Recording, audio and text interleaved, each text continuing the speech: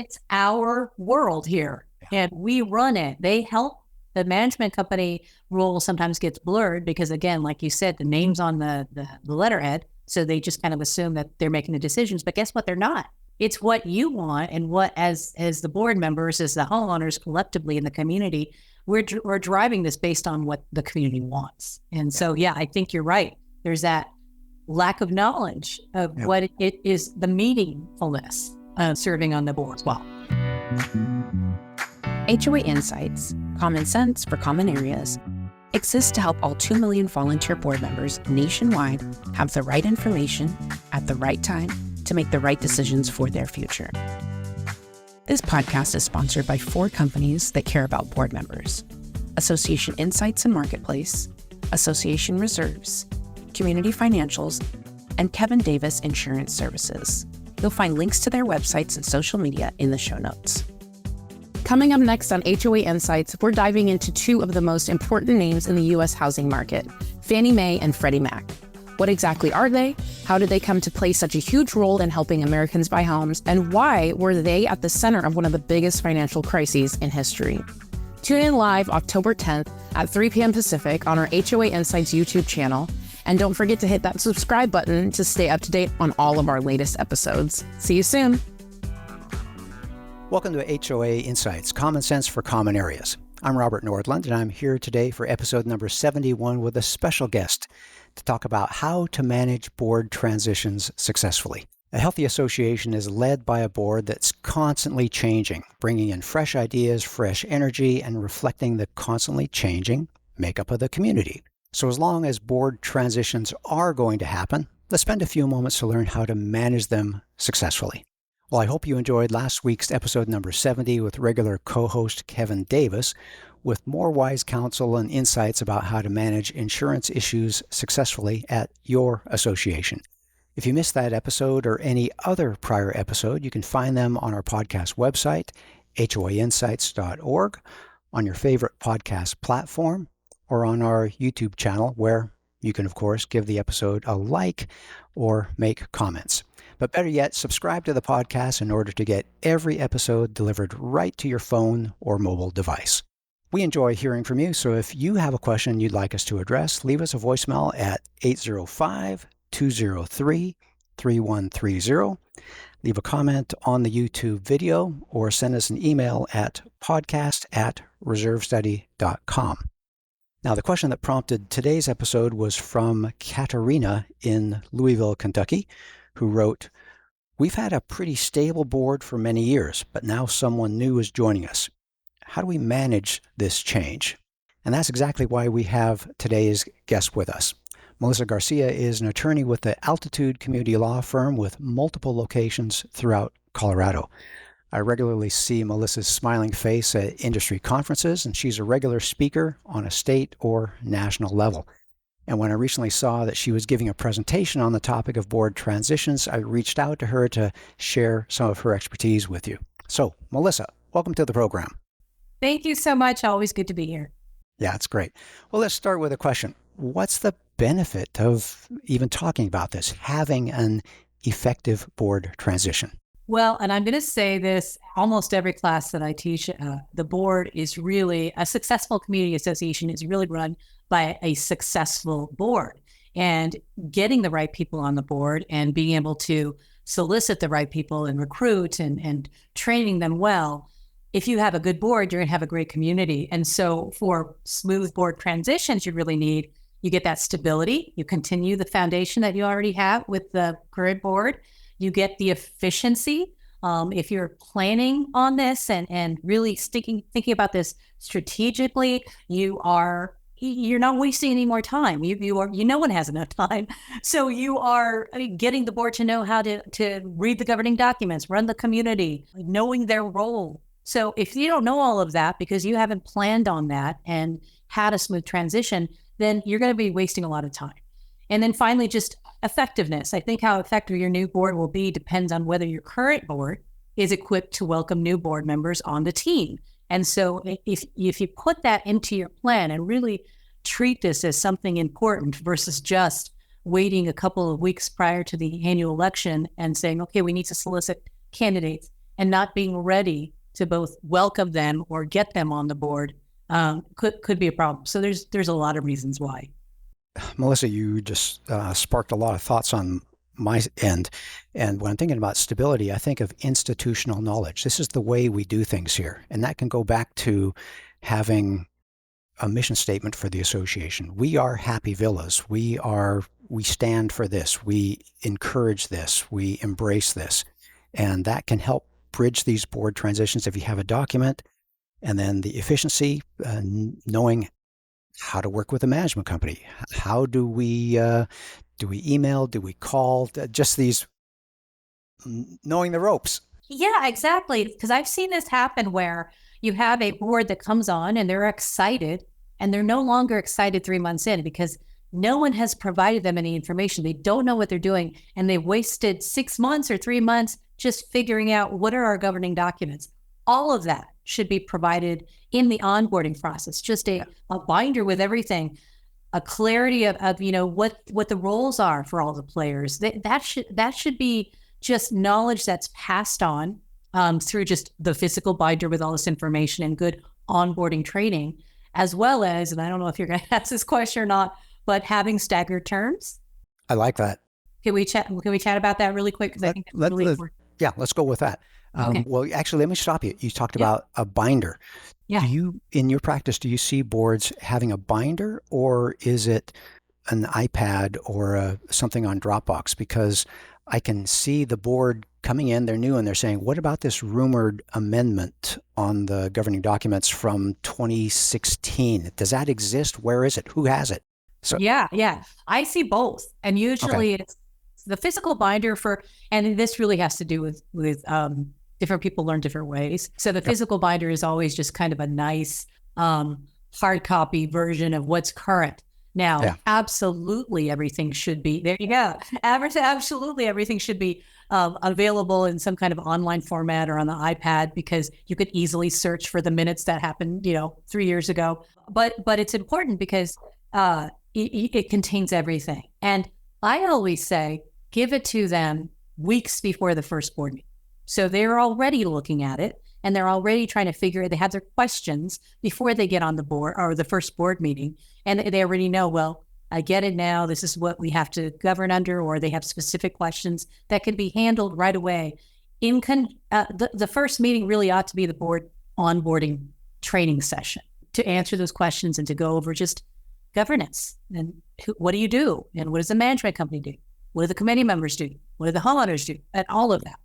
Yeah. What do I do? If I see a sprinkler that is leaking and I got a fountain outside unit number 13, do I have the authority to call the landscaper and ask him to fix it? Or do we have to convene a board meeting? I would imagine a new board member doesn't know the answers to those questions, and they need to know.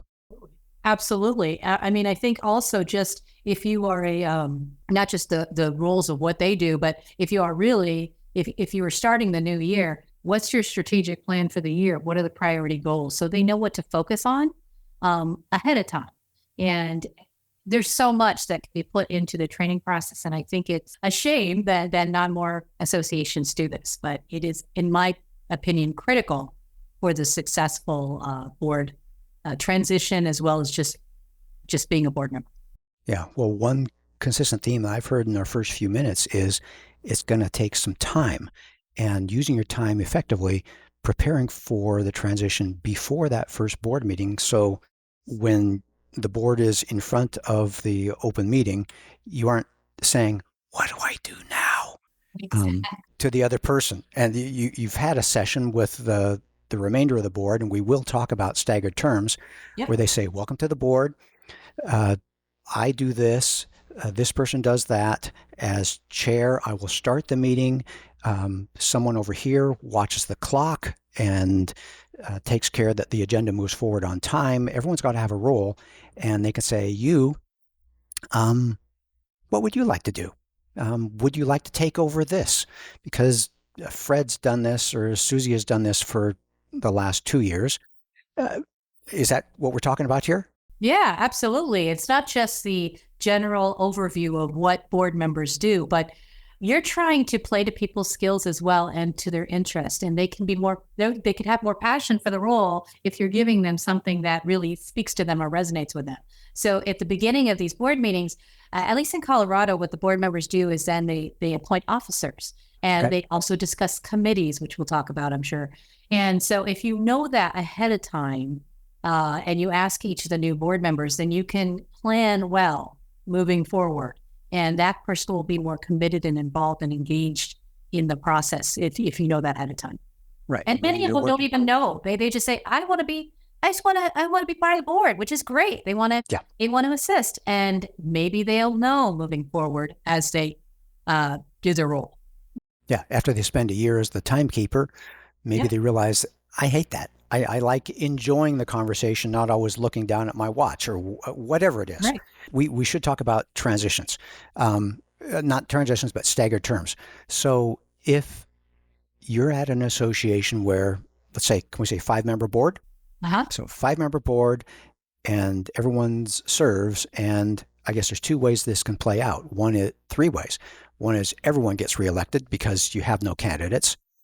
Maybe 2 people get reelected because they're done and we have 2 candidates, or all 5 quit and we got 5 absolute rookies that sit in. So how do we prevent that? So I think, this is really important as well. And if you don't have this already built into your governing documents, here it would be the bylaws for Colorado. You want to have what's called staggered terms. And staggered terms is essentially, it's a best practice, but oftentimes it's not required for state statute or any of the bylaws. We usually write it in. But for staggered terms, it means that the terms, you built the structure so that the terms don't expire all at once. So if you have 5 board members, you don't want them to all serve 3-year terms or 2-year terms and then done. Now we have to elect 5 more. What you want is stagger it so that at the first election after you do the bylaws amendment, for example, 2 board members are going to be elected for 2 years, 3 board members are going to be elected for 3 years, and then thereafter, the expiration of those terms, everybody serves a 3-year term. So that builds in. That's staggering. And it's important because you don't want all the rookies. You want to have the continuity, the knowledge, just best practices, so that as the new board members come on, they have experts already there, or at least somewhat, experts to help. Well, an expert in the association. They don't have to be an expert in accounting or law or landscaping or anything like that, but you want someone who is, we'll call it Happy Villas, someone who's an expert in Happy Villas. Our management company is this, our landscaper is this person, our plumber is this person. Here's the notebook, the binder, with the frequently used phone numbers. And remember, you have a $1,000 discretionary allowance to get something done, and we'll approve it at the next board meeting. Or in an emergency, you can do what you need to do. If there is a big plumbing leak outside the building number 3, by all means, call the plumber and get that plumber there. We need that kind of stuff, and that's continuity. Because again, when we go back to the reason why board member transition is so important, is it's that efficiency aspect. And if you don't have the continuity, now granted, the management company will have a lot of this information as well, but that's not their role. Essentially, it's a role to provide the administration of the board decisions and to provide their day-to-day expertise. But you really want those people that are serving that role as a board member to pass that on. And for the new ones to even, this is my mentor, this is my buddy, I can reach out to them, and that's what you really want. So staggered terms is a very important thing. Yeah. If you don't have staggered terms, how big of a deal is that to make that happen? Can you just say that in the next board meeting, we'll elect some people for 1 year, some people for 2 years, some people for 3 years, and kind of start it? Or is this something that they should contact their attorney about and spend a few bucks and get it right? It depends on the state statute for every state of whether or not you need to, whether the board, for example, can just amend the bylaws to allow staggered terms. So it's really governing document specific, and that really goes to the attorney. So spend a few bucks to ask the attorney, how do we do this? because it's so important, and it's a really good thing for associations. And that would be a well-spent small chunk of money that would serve the association well for decades, I would expect. We said, yes, exactly. Okay. So if you don't have staggered terms, where are we at? 10 or so minutes into the program. That's your money's worth. There you go. Okay. Melissa, let's take a quick break to hear from one of our sponsors. And I've got a follow-up question on working the pipeline, making sure that you do have candidates. So let's take a quick break to hear from one of our sponsors. Are you part of a homeowners association or condominium board? Making the right financial decisions for your community's future is crucial. At Association Reserves, we're proud to serve communities nationwide, specializing in reserve studies tailored to your community's unique needs. Our expert team helps you accurately assess your property's assets, forecast future expenses, and develop a solid funding plan. Whether you're a small HOA or a large condominium association, we've got you covered. Visit reservestudy.com to learn more and get a proposal for your association. And we're back. Melissa, before we went on a quick break, we tempted people with the idea of filling the pipeline. And in my words, that's making sure that we have candidates properly motivated and enough people to fill board member roles. So let's talk about pipeline for a little bit. Absolutely. I mean, I think that's one of the hardest things for associations to get going. And one of the problems and questions that comes to us all the time is, well, that's all well and good, but how do I get people to serve? And I think there's several different things that I want to talk about. The first thing is what I like to call debunking the myth and just educating from the get-go, whether it's at the annual meeting or sending out newsletters or whatever, about what exactly does the board do? Because I think there's several myths that the board is always going to be in front of the firing squad. So they're scared. And when I taught this class before, I asked everybody in the room, is that the reality? Is it on the regular ongoing basis that you're always in front of the firing squad? No, that's the exception. But of course, the idea of, oh, I'm scared to be on the board because people are always going to be angry at me, that's what's going to rise to the level of any kind of media. I could get sued. I mean, there's a lot of things. Just being on the hot seat and being in front of the firing squad. I think also just really important is clarifying what exactly does the board do? And so some board members think, well, this is going to be a second or third full-time job. But in reality, first of all, if you're professionally managed, you need to understand what the management company's role is versus the board. And then you realize, wait a minute, the board just has to make the 50,000 level decisions where the management company is administering that. So knowing that it's not all that time that's going to be spent committed to being a board member. And also, just recruiting. Here's why this whole pipeline idea. So first, get rid of the fears, debunk the myths, clarify the rules. Second, Melissa, can we add one on top of that? Yeah. I think there's some people out there that remember when they were in college or earlier in their life when they lived in an apartment. And I think there's probably a chunk of people out there who aren't really clear what a condominium is and how it's different, because they pay the money every month to the management company, and they probably don't have a real effective grasp that, we are happy villas. We are 67 units. We operate on a monthly basis, and it's run by a volunteer board of directors. And so the problem, if there is a problem, is that the management company is the one who sends the bills. The management company is the one who sends the newsletter, and they associate running the association with the management company, and they think it's done professionally, and they don't see it as different from an apartment. So there's this other layer in there that is, we are a community. We are happy villas, and we are run by a volunteer board of directors. And so it's all of a sudden that opens up a whole new idea of, wow, this is our community. It's our world here, and we run it. They help.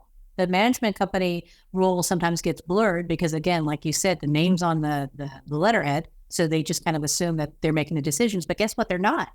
It's what you want, and what, as the board members, as the homeowners collectively in the community, we're driving this based on what the community wants. And so, I think you're right. There's that lack of knowledge of what it is, the meaningfulness of serving on the board as well.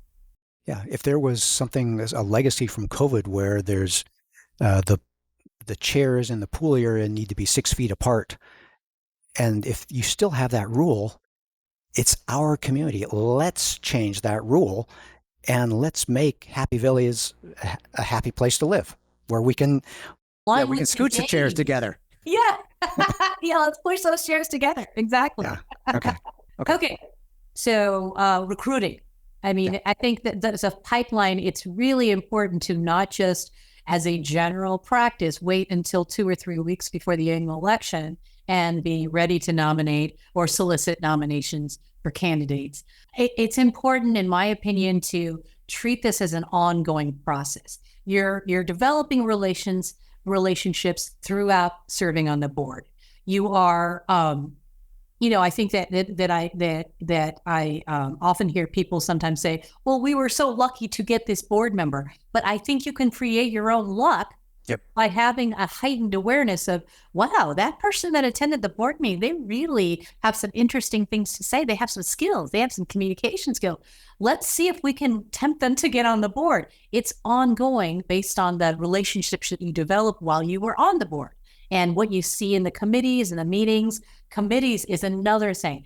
If somebody's not ready to serve on the board, the associations really ought to, and boards ought to form committees for various projects and various things. The committees are, I think, the perfect area to train future board members or to see that these particular people will be great on the board. So I think it's just really just treating the recruitment process as an ongoing process.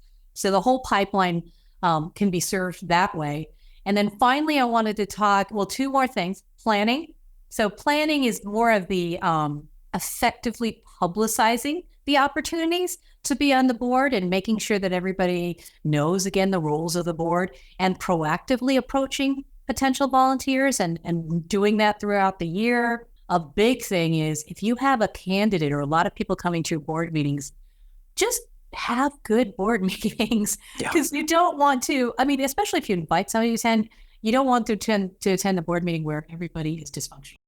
Yeah, it's ugly. Who wants to be a part of something that's ugly? Where it's 4 hours when it can be done in an hour. So, and then again, the plan B is just making sure that they, if they don't want to be part of the board, then see if we can tempt them to fulfill some other role as a baby step and see, what they want. Yeah, to be a volunteer. Yes. Could you help us with how many signs do we have? Are the fire curbs painted red? You're a dog walker. Why don't you talk to the other dog walkers and see if we could use a pet waste disposal station to get them thinking, it's our community. Would you like to help in this little teeny tiny bit and get success with that? And they think, oh, that felt good. That felt good. Yeah, maybe baby steps. Yeah, exactly. Be part of this. Another thing I wanted to also mention is I don't think that a lot of associations place a lot of importance on celebrating and appreciating board members in general. I think that this is what you hear all the time, but maybe this is the reality all too often is that board members, it's a thankless job. Yep. And you just do it. And we could talk about all the benefits that could occur with you if you're on the board, but just in general, no one is appreciating and celebrating outwardly, celebrating at the annual meeting. There really ought to be a spotlight on what the board member achievements have been and how so-and-so has helped get the new dog waste program in place or whatever it is. Just appreciating them through newsletters, even like, hey, or just celebrating, we got new board members. Hey, meet so-and-so. And just make it be a positive. You have within your control to make this a positive thing. And so spotlight those things that are positive. Yeah, there could be some negative aspects of being on a board member, but those don't have to be outwardly spotlighted. It's more of here's all the great things that'll happen if you were on the board. And we all appreciate it. Yeah, I think, Melissa, going back to the very start, you talked about, well, what am I doing as a board member? And there's administrative roles. Yes. Giving the management company guidance as to, you talked about the 30 or 50,000 foot level. What are our policies? There's a lot of it that's just plain communication. Being an ambassador, when you walk to the mailbox area and just a smile, and maybe you stick the news of the last board meeting there, and you're a positive ambassador for the association. And I think one thing that I live in California, one thing that I think the highway department has done well is typically when I see road construction, initially I think, oh darn. But I often go by a nice orange sign that says, your tax dollars at work. This will be widened by, October 15th or something like that. And I think, oh, okay, it's going to get better. And this is why I pay taxes. And I feel like they did the right thing of communicating. And they could have just said, too bad, so sad, road construction. But I think that communication element is underappreciated, how you can help make it a community. If you say, we here at Happy Villas, and we are doing this, and let's celebrate Marjorie, who spent 5 years as a board member, and she's the one that got us through the COVID-19 mess. And Marjorie, we just love you so much. Robert took the lead on this particular project, and yes. Whatever it is, just make that part of your plan. Again, you're trying to raise awareness of the great things about being on a board, and also in tune, remembering that the board member they're homeowners too, and they're part of your community. Why don't you help steer the ship sometime? And so it's a great over communicating is really good. Yeah. Many hands makes light work, right? Yes, absolutely. I did want to throw in there that we talk a lot about onboarding and making sure that we can get people on the board and making sure they understand their roles and all of this, and spotlighting and celebrating. But another thing that I think that should be done is making sure that part of your plan is that board members are leaving well as well. So it's offboarding. So offboarding, I don't really hear that term much, but I think that, well, first of all, you possibly want them to serve another term because it's really hard to get people on the board. So you don't want them leaving. Unless you've got a good pipeline. Yes, unless you have a good pipeline. But competitive elections. Boy, I wish there were more competitive elections. That's true. Yeah. But I mean, just, you don't want that. The other reason why you don't want them leaving with a bad taste in their mouth is because they're going to then badmouth potentially the next board, and they're going to potentially sabotage future board decisions. You don't want to burn bridges. You want everybody to leave well. And I think, keeping them close to the association, in my opinion, is also critical to sustaining that ongoing relationship. They're primed to help the new board members moving forward. And they're in a prime position to have that information, knowledge, and play it through. And even though they're no longer on the board, they can still be somebody that you can contact. And you can, and going back to your other comment about asking board members what they want to do. Well, you should ask board members who leave, do they want to stay involved, and in what way? Yeah. And I think they would appreciate that they are wanted, and and they can continue should they stay in a committee or other kind of position. I just think they're a great resource and can offer insight, particularly if they've served a number of terms. They have, right, a real history. Yeah, I think of that as the institutional knowledge. They were there when the pool got resurfaced. They were there when the roof got replaced. So if you have, and I'm thinking you're in Colorado, so I'm stereotyping, if you have a hailstorm, what do you remember about the roof specs? Do you remember who put the new roof on? That kind of thing from 5 years ago. That's exactly right. And you're totally correct in your stereotypes. But also just, what did we do maybe that we could have been done better? So if you're exposed to this problem again, here's what you really need to do right away. Now? Yeah. It's proactive and strategic and, Yeah. And I bet that half the answers to those questions are, we should have started earlier and we should have communicated more. And I bet that's what prior board members would say on a regular basis. Should have started earlier, should have communicated more. And boy, if they're still there in the community, they are that legacy effect, and not to burden them because they're off the board now, but to have them understand and appreciate that they are valued. They really helped Happy Villas, and that could be part of celebrating them. Celebrating them, and potentially they can continue to help or come back later. It's just one of those things that you never want to burn bridges.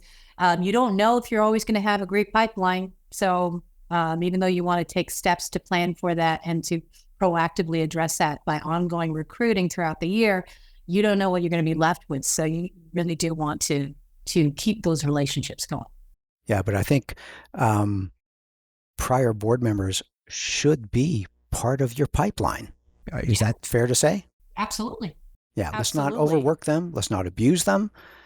But boy, that can be a legacy, and they can come back on the board and say, oh, cool, iPads rather than the binder. And they can say, oh, I'm so glad that we now have XYZ management, because with ABC management, we were always getting the financials a little bit late. And with XYZ, we get them on time.